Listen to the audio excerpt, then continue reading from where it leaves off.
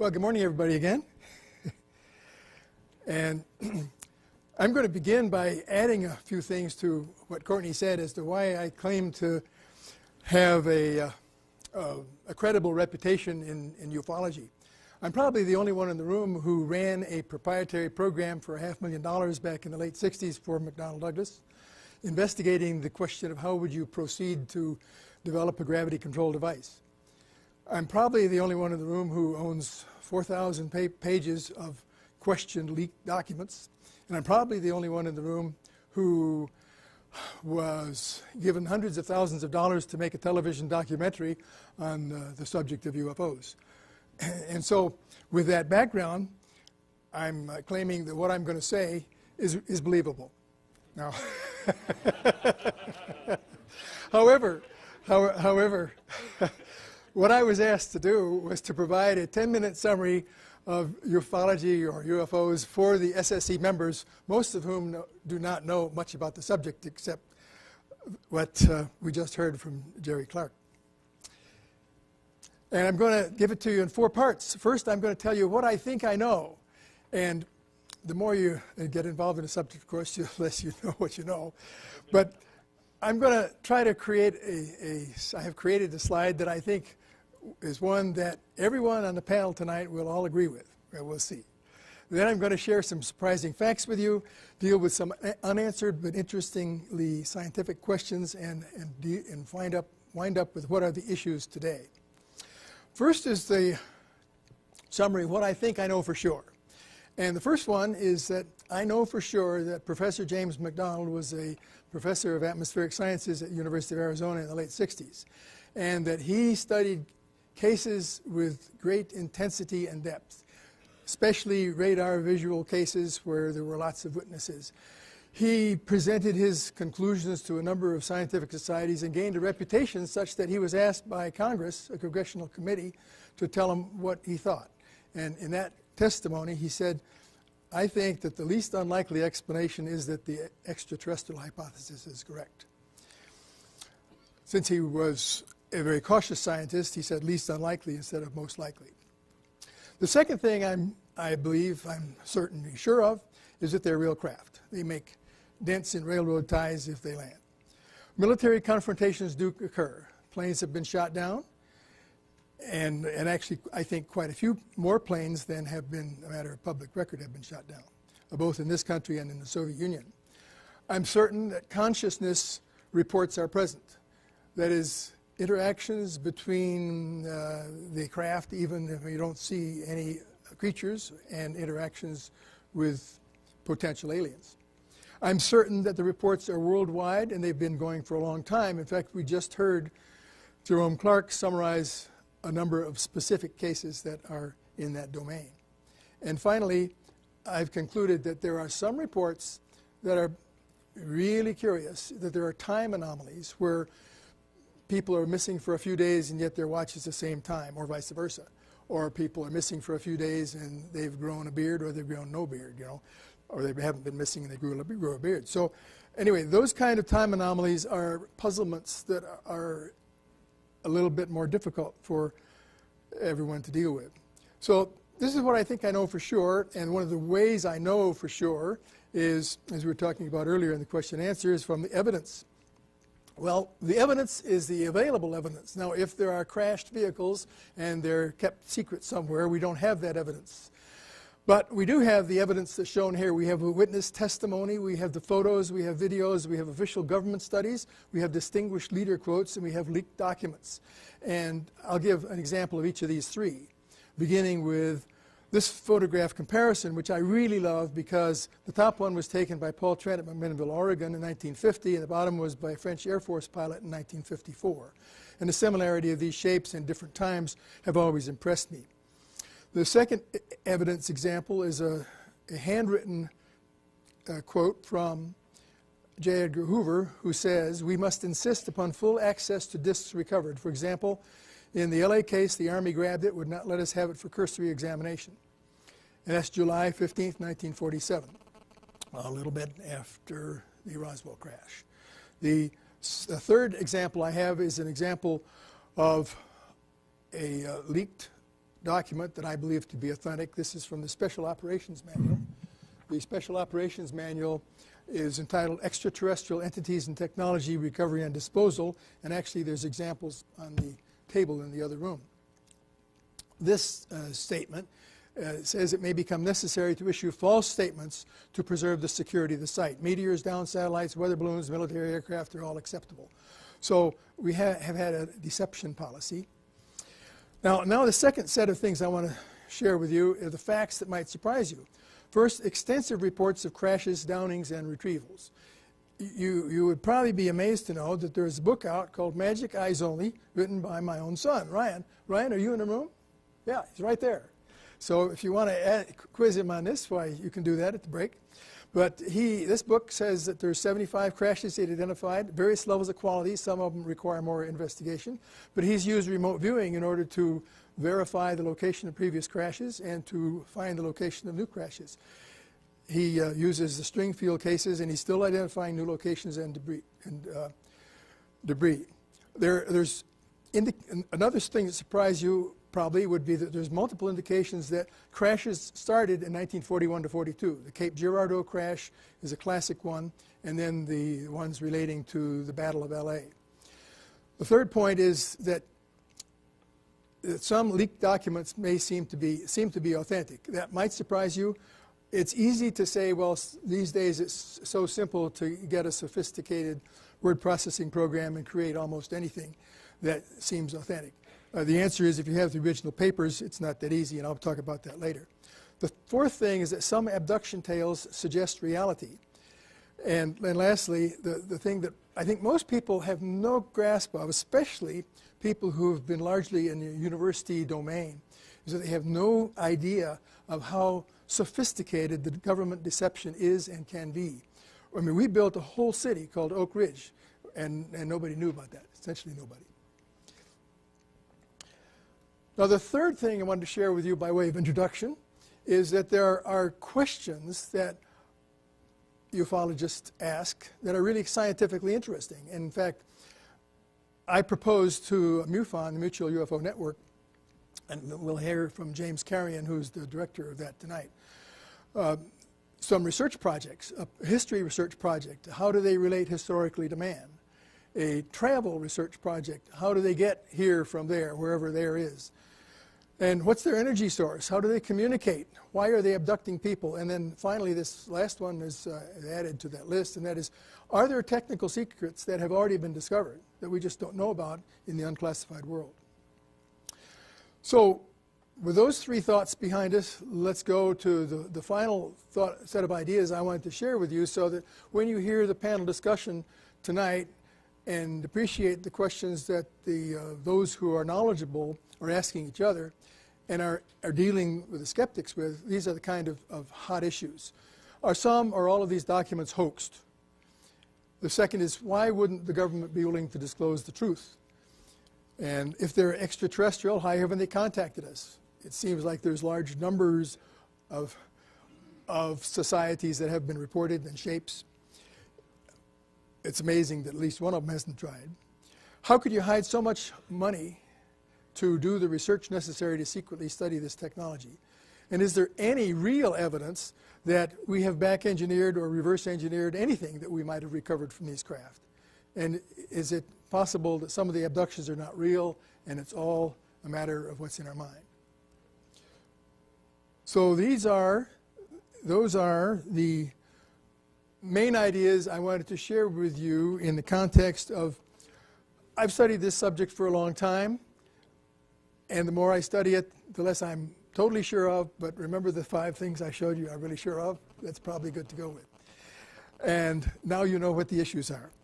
So now I'll proceed to the other part of my talk today, which was the evaluation of 2 original paper leaked UFO documents.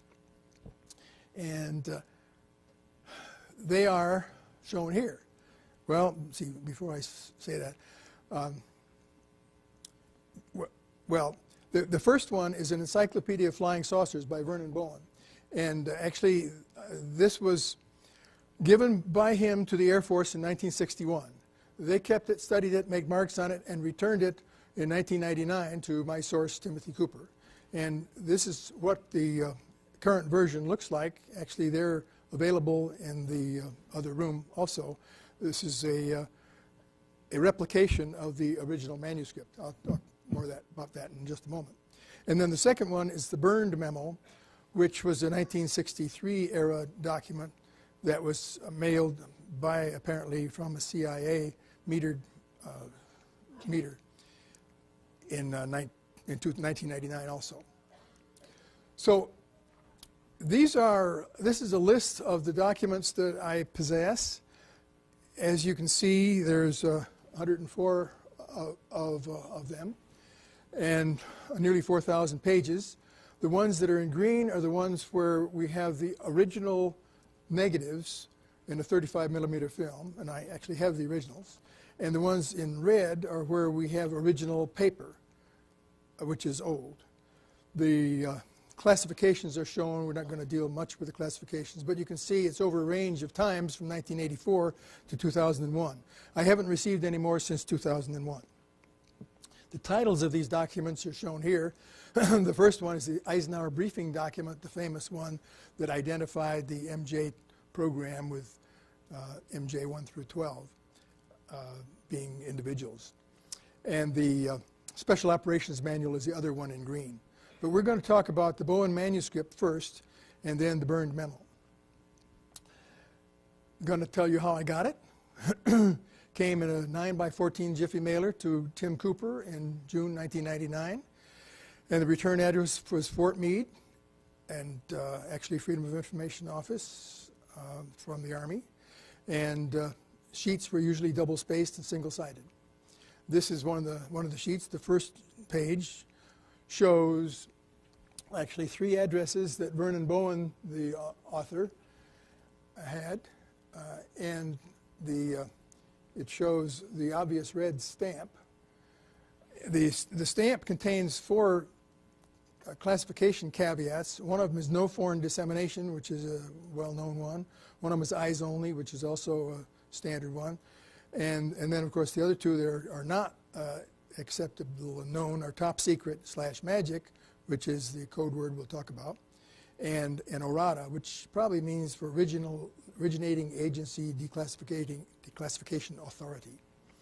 Means that you can't declassify this ever. So those 3 addresses gave me an easy trail to follow.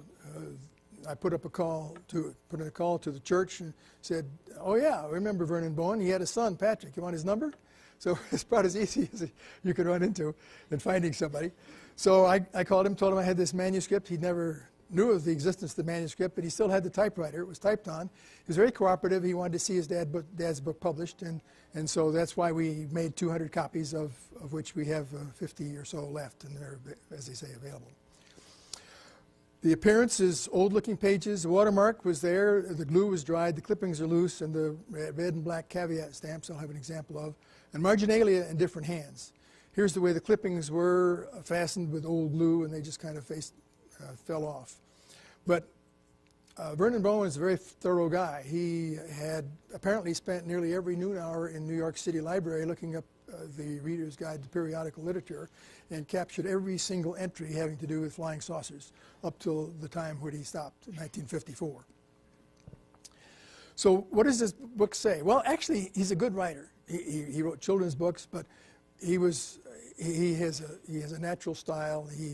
It's kind of gripping, going from chapter to chapter. So the chapters are 15 chapters. He begins really with the same sort of flavor that you just heard from Jerome Clark. He talks about the things that Charles Fort reported that are anomalistic phenomena.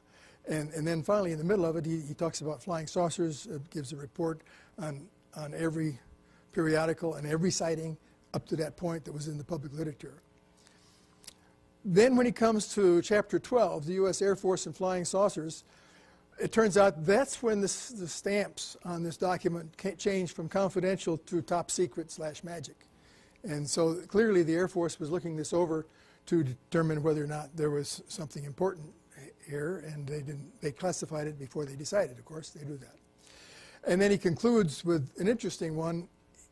he really doesn't know in 1954 what they are, but he says he wonders whether or not they're the Soviets, very seriously. And then he thinks that, well, maybe we've been capturing some of them ourselves, and in any case, sooner or later, we will know the technology. So he winds up with that thought, they will be sometime ours. Now, I want to share with you a cartoon for a specific reason. Blondie cartoon has Dagwood talking to the clerk, the cat abducted by space aliens, Bigfoot-sighted. Who reads this trash? The clerk says, over 20 million readers. Dagwood, would you take out the trash?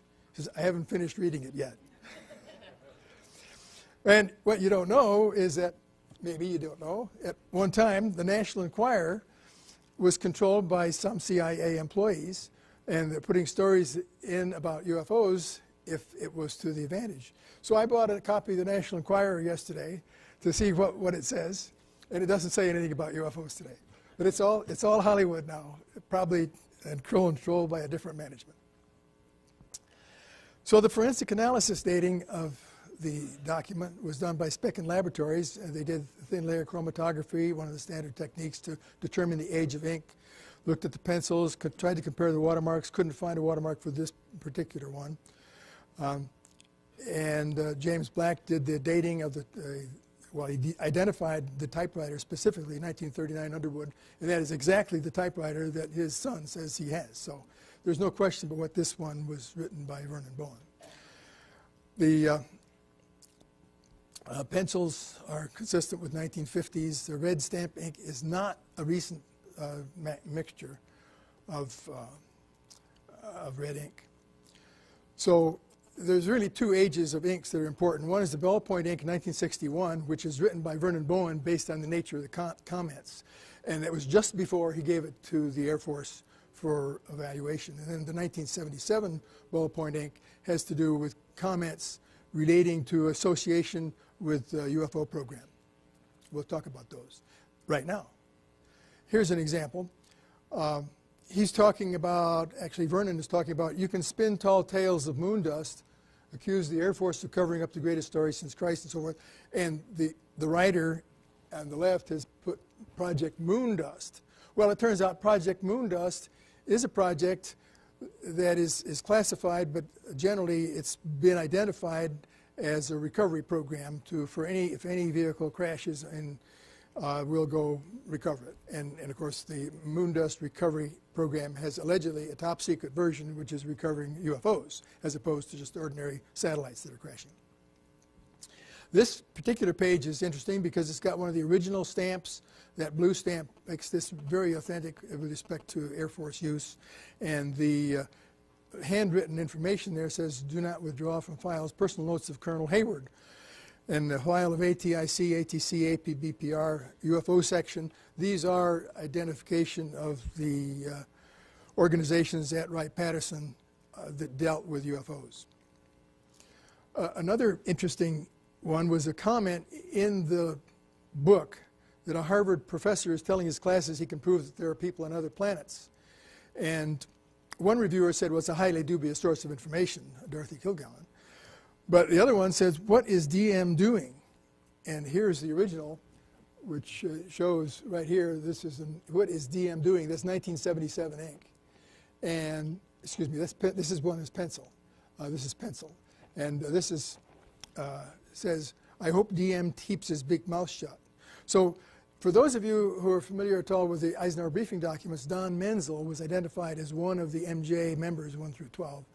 And he was a professor who wrote 3 books that were anti-UFO books that tried to destroy the credibility of the cases that were being discussed.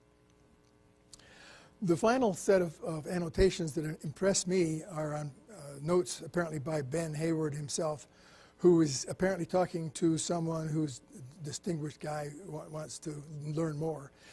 He talks about NPIC, National Photographic Information Center, White Hot, which is the label for a set of leaked documents that I have, Blue Room, which is allegedly where the aliens were kept at Wright-Pat, and TS Restricted, a classification that has been denied to be existing, and Nate and Van presumably could be Nathaniel Twining and Vandenberg.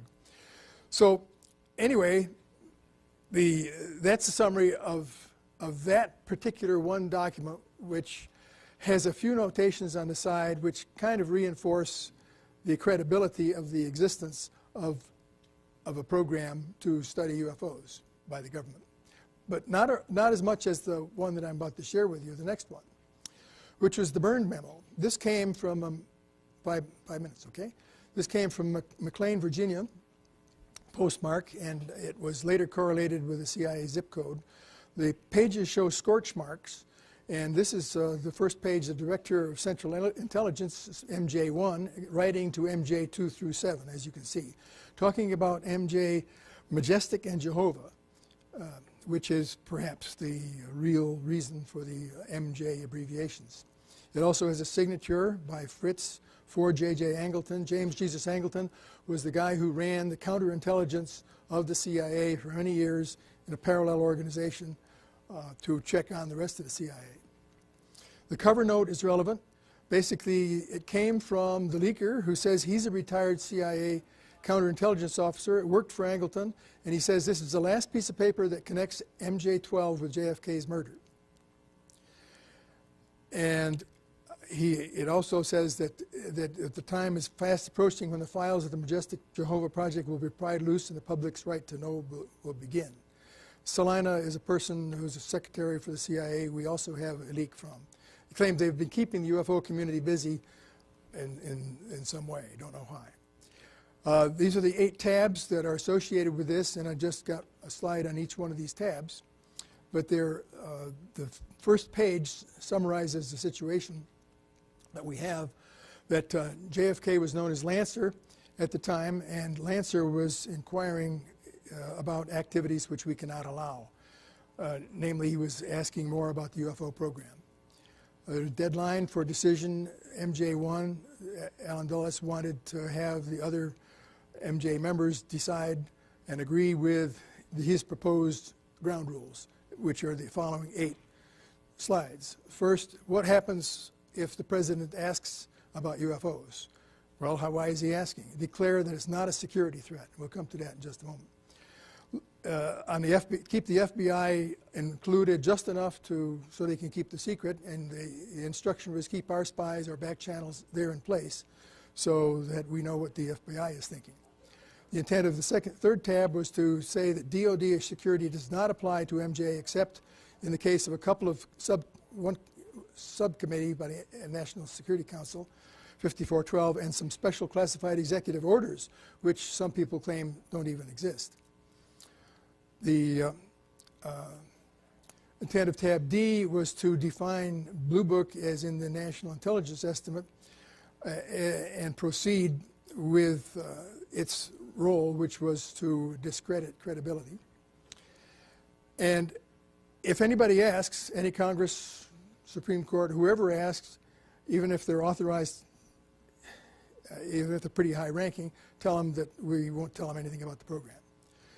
Intent of tab F was on psychological operations. One of the things that has impressed me is the enormous emphasis that was placed in the UFO leaked documents that I have on psychological operations to make sure that we have a sophisticated set of cover stories so that the public really never grasps what's going on. And finally, not finally, but the next to last, is the intent of tab G was concerning biological warfare. And presumably the problem is alien pathogens. When they have a program called Spike and house cleaning that's already in place, but they have a plan for backup using MK Ultra. MK Ultra, as some of you may know, was an illegal, unethical program for mind control using chemicals of the day, plus other programs called Artichoke and Domestic, but we don't know what they are. And finally, the grabber here was that if it looks like we're going to lose our group and get no more money, then we ought to try assassination. And if you look at these words here, it basically says at the bottom, if the weather is lacking any precipitation, it should be wet. And what that is commonly known to be is wet is a code word for assassination in the criminal world. So basically this is an authorization in principle to assassinate JFK. And so I'll have another 20 seconds of conclusions here, and that is that I think the original paper and ink dating essentially rules out a modern hoax for these two documents. If there was a hoax, it was done then, not now. The Bowen marginalia strongly suggests that an MJ-12 program existed, and the Byrne memo shows issues between JFK and MJ-12 and reinforces the existence of CIA covert UFO projects buried in the counterintelligence world. And so, how about that? Okay.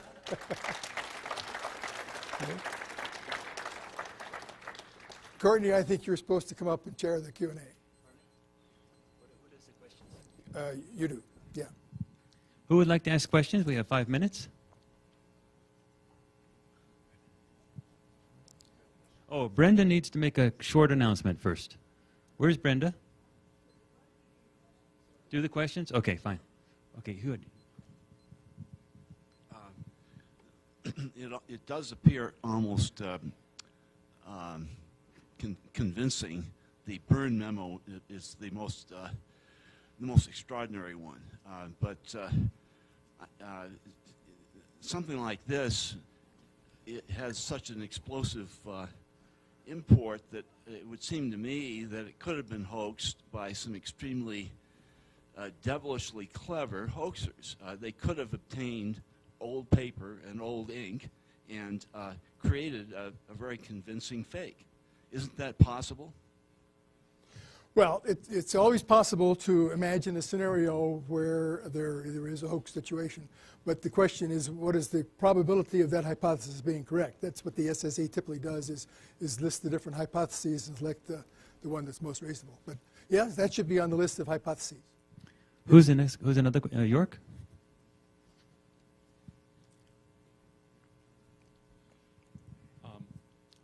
I have to admit that what strains credibility for me the most in this is the amazingly variable level of competence and dedication involved. I mean, if a rogue U.S. government agency had enough clout and enough secrecy to arrange the assassination of a president who was getting too close to the truth, why have not you, for example, with all of these leaked classified documents in your possession, not quietly been disappeared, 10 years ago or so?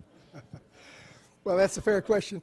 Actually, I feel that the documents are very important. I keep them, locked up pretty securely now. However, this is the first time I've exposed this level of detail on that document to any audience. So I don't think I've ever stated before that that document clearly links MJ-12 with the Kennedy assassination. So, however, I've enjoyed life, and if I get assassinated, why, that's the breaks. I've had a lot of fun. Bob, is this thing on? Yeah, Bob, I have a question. You said that you had contacted the son of Vernon Bowen. Yes. And I was wondering, were you able to determine through your talks with him what happened to any of the other research or papers that Vernon Bowen had, and if it has been preserved? Because thank you. That's an excellent question, because as soon as I found out that he was willing to be friendly and cooperative, I said, well, hey, I got lots of reasons to come to New York City because my sister lives there. She's sitting in the audience, too. And so I said, is it okay for me to come and let's look in your father's files? And so he said, sure. So actually we went over to his second house, crawled up into the attic, and opened up the drawers to all of his father's files. And we found a few additional papers from what he had, but there was nothing that was really a earth-shattering result. But thank you, that's a good question. There have been reports that the astronauts saw some object on the moon. Did you ever interview the astronauts? Because you make no mention of that kind of a source. Eldridge. Right. Okay. Well, I do know Ed Mitchell a little bit. In fact, he's participated, I think, in SSE meetings. But one of the things that you find in a discipline like ufology, that it's so broad that you wind up having to specialize. And so I specialize in documents. If somebody were to tell me what they saw last night, I would find somebody else to go examine it. In fact, the Mutual UFO Network has a whole arsenal of people who go out and follow up on reports, including reports from astronauts. Oh, yes.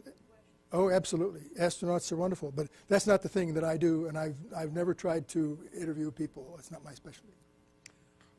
How well documented is the information presented in Philip Corso's book? I think it's what, Roswell Revisited?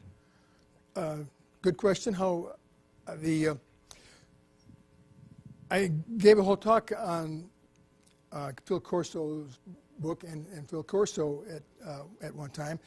And my recollection of what I said and what I think now is that when Phil Corso states specifically that he did something, he's probably accurately stating that. When he states that someone else did something, like we reverse engineered this, but he never saw it, then I'd say he might be susceptible to exaggeration and or speculation. I don't know. It's possible that John Alexander may comment on that point. But I think when he stated something that he did himself, I think he was an honest man, and I think he was stating it, what he did. Whether what he stated about other people is more questionable. Okay, we have just one more question. I'm sorry. This may be a technical question on the Bowen document, but I'm a bit puzzled why, for a document that apparently was preserved pretty high up in the Air Force hierarchy, ends up being released by the Fort Meade FOIA office. That doesn't make much sense to me. Well, I'm agreed with that question too. If you want me to speculate on the answer briefly, this document was clearly given to the Air Force for evaluation and was evaluated at the classified level, but there was nothing there. There was nothing important, and so they stuck it in a file. And here it is in a top secret file. Well, it's not easy to declassify it, and I think, frankly, the guys who were in charge of that particular file didn't know what to do with it. But they did follow the subject enough, said, well, he knew this guy, Tim Cooper, was receiving leaked documents. Let's mail it to him. And so I think it was as simple as that. They stuck it in the envelope. There was no transmittal letter. They got it out of their files. They didn't have to account for it. Okay. Brenda? I'm sorry, one last question. Okay. Go ahead. I'm new to this, and so I'm looking at it from a perspective of trying to, really the previous speaker talked about believing the observation and questioning the explanation. Yes. When I look at what you presented, it seems very credible to me that these are real documents and that these are real statements that were made. My impression is that, my first impression is that, well, why couldn't this be evidence of a black ops operation in the government, which we know exists? We know that they go through a great deal of effort to do a lot of black ops experimentation and development, and the explanation would be there for the relationship with JFK, if someone, and especially when you mention funding, that's one of the greatest motivations for concern.